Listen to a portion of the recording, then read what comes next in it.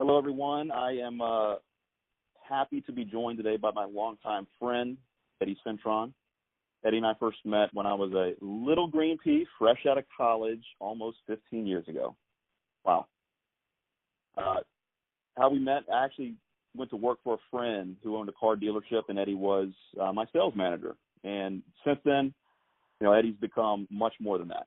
He's not only a very good friend to me, but in many ways, he's really like a big brother and mentor to me. So, Eddie, really appreciate you taking a few minutes with all of us to talk here today.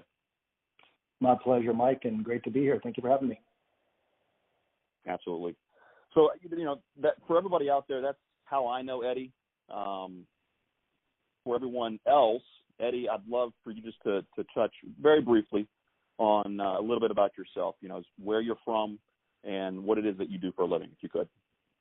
Yeah, absolutely. Well, to keep it simple, born and raised in the beautiful island of Puerto Rico. And back in 1989, parents decided to bring me to the land of opportunity, where I've had dabble in several industries over the last 15 years or so. And now I find myself as a vice president and managing broker of the #1 real estate brokerage firm in Jacksonville, Florida. Wow, that truly is, the ultimate dream for a lot of people. It's an amazing story. And I wanted you to touch a little bit about that because I feel like your personal story is one that's extremely unique. It involves a lot of overcoming adversities early in life, en route to pursuing that American dream. Can you talk a little bit about your childhood journey to what brought you to the United States? Yeah, absolutely. Well, obviously I can spend hours talking about this, but I'll keep it short. Basically, coming from humble beginnings, being raised in what I would consider a ghetto in Puerto Rico. At 9 years old, my single mother decided that she wanted more out of life, that she wanted more for us, and decided to bring us to the land of opportunity.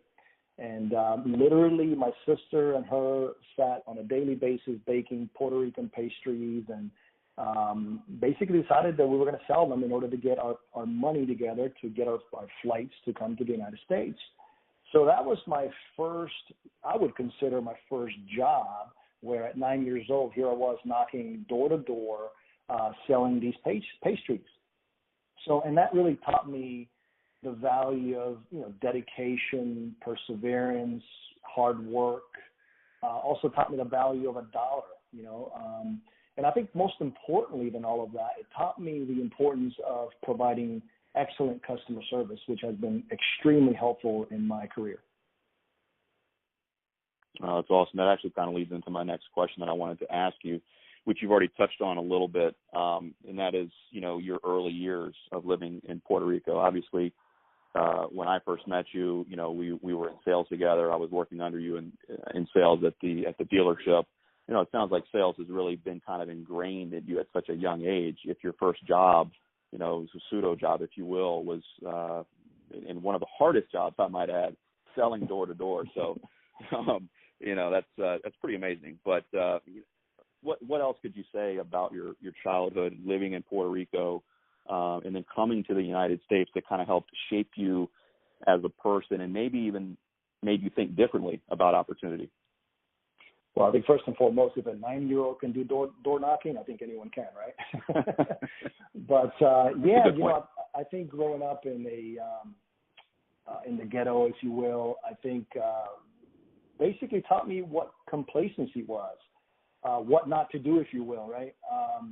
And also, when you start from the bottom, you have no way but go up. And obviously when we moved to the United States, seeing other people being able to live different lifestyles and having nice cars and having nice homes, et cetera, and having success, that was and still continues to be a huge driver on my daily activities and why I do what I do. How did you get involved in the automobile industry? Interesting question. Really, truly, after high school, of course, I did everything that everyone does, which you sit around and you decide, what do I want to do? And I decided that I wanted to go into architecture, interestingly enough. And about 2 years in, and several thousands and thousands of dollars in debt, I sat around and thought to myself, wait a minute, does this make sense? I'm accumulating all this debt, and when I look at the potential earnings, is this what I really want to do? And then I studied and realized that really, truly outside of investors in the world, salespeople in any industry, salespeople are the people that make the most money in the world. So I quickly decided, you know what, maybe I should go into sales. I literally picked up the newspaper, went to the A's, looked at the automobile section, found Acura, which was the first ad, and I said, you know what, I'm going to go apply. I applied. They thought I would be great at it, and I literally jumped in right away. Didn't even go to my second interview. First year made $50,000 at 20 years old. Second year made 75, and third year got into six figures and never looked back. And worked my way all the way up to used car manager, F&I manager, all the way up to general sales manager, which is when I met you, and had about, I believe, 80 employees at the time. And that's when you started growing your gray hairs, right? When you met me. No, that came later.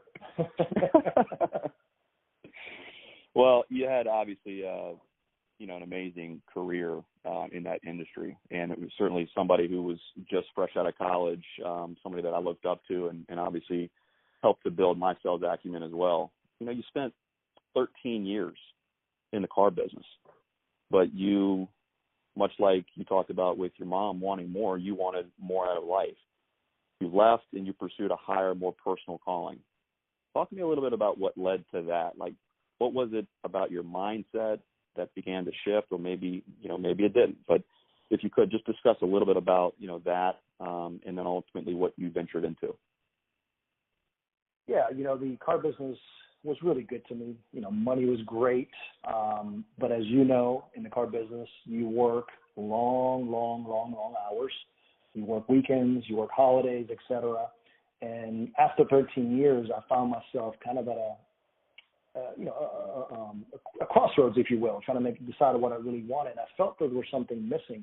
And I knew that money was great, but if you don't have time to be able to enjoy that money, to travel, to spend time with your loved ones, family, etc., friends, then that's not what life's all about, right? So I knew something was missing, and I started to look outside of the car business for a way to have more balance in my life. And that's when I found network marketing, actually, and ventured into network marketing, found some great mentors that taught me a lot about personal growth and development, literally began the journey of developing a growth mindset versus a fixed mindset. See, most people have a fixed mindset, and they're afraid of change. But if you have a growth mindset and you're growing, you welcome change on a daily basis, and it makes you that much better. Well, going from being employed where you have some guarantees there, and you have, basically, everybody telling you what you need to do, when you need to do it, less autonomy obviously is a lot different than being self-employed. And I think a lot of people ultimately say, oh, I want to be self-employed. It's great. But, there's also a lot of challenges associated with that. Regardless, though, it's a pretty big change. And, a lot of people go through big changes in life. Others might be afraid of what's on the other side of change. And so they do nothing, only to wind up, feeling stuck and settling for where they are in life. So, my question would be, what advice would you give to those who, are kind of teetering, they're on the fence, they're looking to possibly pursue a different path in life? Well, first and foremost, I think that you got to embrace change. That's really the only thing that's constant. So you have to embrace change as part of life. But I would say, go out there and fail. Fail as much as possible. Find your passion. I think this is super important. Find something that you would do, and I know it sounds kind of quirky, if you will, but that you would do for free. Find something that you really love to do, and then the income just kind of comes. And I will leave you with this quote that I learned from a mentor a while ago, and the quote says this: "It is not about the income, but rather than the become. Focus on who you need to become in order to have what you want, and the income will come." I know it's a mouthful, but if you process that in your mind, it's not about the income, it is about the become. So that's really what I focus on, is who I need, and continue to focus on who do I need to become to have the lifestyle that I want, to have the success that I want. Whatever that may be for you listening, find that passion, find what you want to do, and then say, who do I need to become? Don't follow the money. Don't follow the income. Who do you need to become? And then the income will come. Yeah, absolutely. I mean, that's a great quote. And, just to kind of elaborate on that, as far as what we often see a lot of times is people, they want the change around them before the change within them. Right, and exactly. A lot of times, that's not the way it works. You have to focus on that change from within before your surroundings actually change. So that's a great point there. For you, going through, the change from, being in the car industry for 13 years and then in getting out of it and, being completely on your own. Obviously there's some, it's got to be liberating, but at the same time, there's going to be challenges as well. But as far as that experience was for you personally, how did it change you for the better? Well, I think a lot of people, when they want to become entrepreneurs or become business owners, they want to do it because they want freedom. They're tired of that clocking in, clocking out, that mundane, every single week the same thing. But that same freedom that they are chasing is the same freedom that basically takes them down, if you will, or keeps them from having success. So I think you've got to be disciplined. You've got to be disciplined in what you're doing on a regular basis. And I think these opportunities essentially have given me the opportunity to wake up and do something that I actually enjoy to do. It's not about the money. Interestingly enough, I'm making more money now than I ever have been. And I never chased the money. I didn't join real estate because I wanted to make a ton of money, although, yes, I am coin operated and I love to make money, but I joined real estate because I was following a passion. I always kind of had interest in going into it. And so I followed my passion and I figured out who I needed to become. And then the process of that, the income has followed. Well, you touched on my next question, which is basically, why you chose real estate. And certainly you want to get up and enjoy what it is that you do every single day and have that passion and that fire and that hunger. And if you do that, obviously the money will follow, as you're a testament to. You've had a lot of success early and often. And I think in this industry especially, for instance, I have a real estate license as well. Okay. But a lot of people get their real estate license and they seem to just flounder around the industry without having much success at all. So my question to you, and maybe what you've seen in your career, is why do you think that is? I guess first of all, why do you think that people just kind of flounder around, and how do you personally approach learning something new? Well, first and foremost, I see this on a daily basis, and I tell my agents this all the time: don't be an asshole. Stop being an asshole. And what I mean by an asshole, and I'm saying ASK, right? Asshole. What I mean by that is someone who's always asking for advice. They're coming into your office saying, hey, what do I need to do? I'm struggling in my business.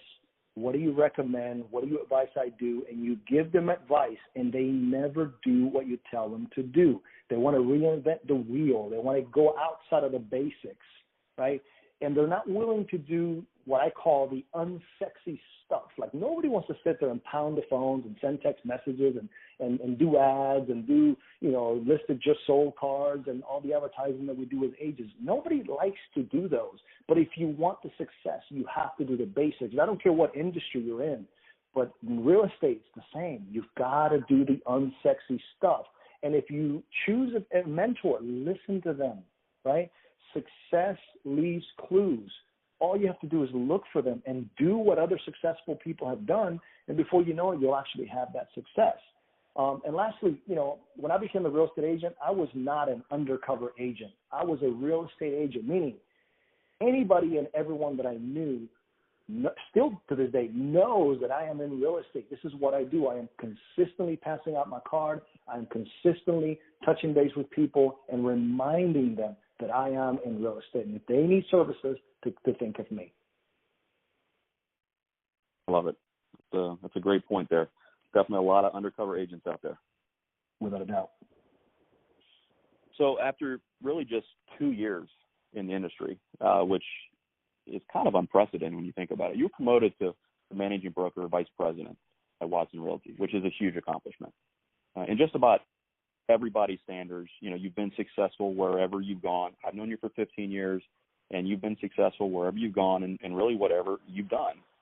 You're a perennial six-figure earner in the car business. You were promoted to general manager of the dealership. You achieved the top 1% of professional network marketers as the top position, six-figure income earner. And most recently, you've made multiple six figures in real estate and were promoted to managing broker, vice president. So my question is, what advice or words of wisdom would you give someone out there that wants to be measured by this type of success? Because I realize there's all sorts of different, measurements out there for success. But in terms of somebody who says, you know what, I want to go out there and I want to be successful. I want to make the money. I want the title. Obviously, they're a limited number. And so what advice would you give them for those that want to be measured by the success? Yeah, and I agree that success can be measured in many ways. I know a lot of people that don't make a ton of money, but they're extremely happy and extremely successful, right? But if money and if you're looking at success in that perspective, I would say work on developing a growth mindset. You've got to work on developing a growth mindset. Find mentors, dead or alive. They don't have to be someone that's alive. You can find mentors through books. You can find mentors through YouTube, people who are dead, etc. So find mentors that will teach you what you need to learn in order to become the person you need to become, right? Take care of your body. You really, truly got to take care of your body. You've got to exercise. You've got to eat right. You got to watch your quote-unquote diet, right, your nutrition, what you're putting into your body. And I don't mean that just nutrition as in food. I'm also talking about what you put into your body mentally. What are you listening to, right? What are you watching? If you sit around watching the news all day long, you got to be careful because all that negativity will turn into who you become, right? So watch your diet, watch your input, what you're putting into your body. Also choose your relationships carefully. I can't stress how important this is.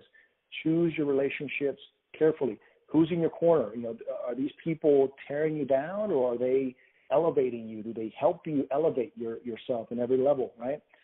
Because at the end of the day, and I know, Mike, you've heard this many times in our different endeavors, you become the average of the 5 people that you most interact with. So, and that includes family. So that may mean that you may need to tell Uncle Tom, who's always in between jobs, to stay away a little bit, right? Or you need to stay away from Uncle Tom in between jobs, right? Because that person may not be the best mentor or someone that you want to be interacting with on a regular basis.